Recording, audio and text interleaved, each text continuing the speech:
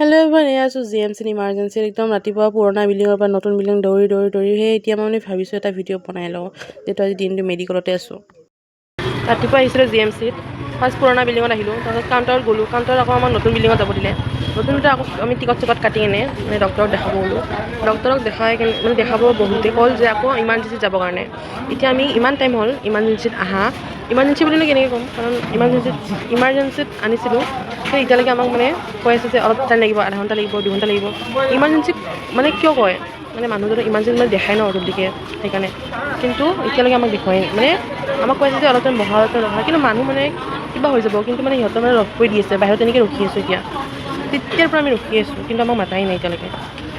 Emergency নেকি এইটো? এই চৰকাৰী মেডিকেলবিলাক এনেকুৱাই, কিন্তু আমি মিডিল ক্লাছ ফেমিলিৰ মানুহ হয়, চৰকাৰীতে আহিব লাগিব, GMCখনতে। কিন্তু সেই আৰু প্ৰাইভেটটো এইটোৱে ভাল আৰু পইচা যায়, কিন্তু প্ৰাইভেটত জল্দি কৰি দিয়ে বস্তুবিলাক, সেইটোৱে। এইফালে নতুন বিল্ডিঙত আমি টিকট কাটিছিলোঁ, আকৌ আমি এতিয়া ইয়াতে ইমাৰ্জেঞ্চিত আহি কেনে আকৌ টিকট কাটি লৈ এইফালে CT স্কেন কৰিব দিছে আৰু কিবাকিবি। এইফালে মাহীৰ পৰা মাথাৰ বিষ হৈ আছে, এইফালে বহুত ৰখাৰ পিছত আমি সোমাব পাৰিছোঁ, 3 ঘণ্টা 4 ঘণ্টা বহুত টাইম ৰখিছোঁ তাৰপিছত এনেকৈ অলপ ভিডিঅ' বনাই থৈছিলোঁ যিহেতু মই, আৰু ইফালে আহি গৈছোঁ এক্সৰে কৰিবৰ কাৰণে। তাৰপিছত এয়া বৰ হৈ গৈছোঁ, বেমাৰী দেখি মোৰ মাথা বেয়া হৈ গৈছে। কি জানে, মেডিকেলত গ'লে যোনটো পেচেণ্টৰ লগত যাওঁ ন, যোৱা মানুহবিলাকৰো গা বেয়া হৈছে, আৰু ইফালে ইমান মানুহ, ইফালে এক্সৰে কৰিব আহি গ'ল, আকৌ আল্ট্ৰাচাউণ্ড কৰাব দিছে।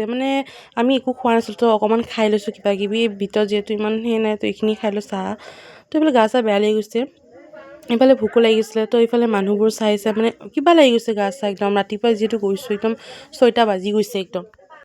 গাড়ী ৰাতিপুৱা 11:30 আহিছোঁ ক'ব গ'লে, তাৰপিছত আমাক দৌৰাই এতিয়া আমাৰ বাজিছে 6টা বাজে আৰু 20 মিনিট। এতিয়ালৈকে আমাক মেডিকেলতে আছোঁ, ইমাৰ্জেঞ্চিত আছোঁ ৰাতিপুৱাৰ পৰা, কিন্তু ইমাৰ্জেঞ্চিতে আছোঁ। ইমাৰ্জেঞ্চি নামতে ইমাৰ্জেঞ্চি, কামত কিন্তু নাই একো। কিবাকৈ আমি এতিয়া ৰিপৰ্টৰ কাৰণে ৰখি আছোঁ, আৰু এইফালে আমাৰ বেমাৰী। তো এইফালে আমি খাই লৈ আহি কিনে এনেই বহি আছোঁ, ইমান বেয়া লাগিছে, তাক আহাৰ পৰা দেখিছোঁ এনেকৈয়ে আছে আৰু। তো এইফালে মানুহ আহি আছে, গৈ আছে, গা চা বেয়া লাগি গৈছে, কি ক'ম। এইফালে এইখন 108 আহিছে, যোনটো আহিছে, মানুহজন মৰি গৈছে, ঢুকাইছে। তো বেয়া লাগে ন, মানুহৰ কি ক'ম আৰু অহাৰ লগে লগে।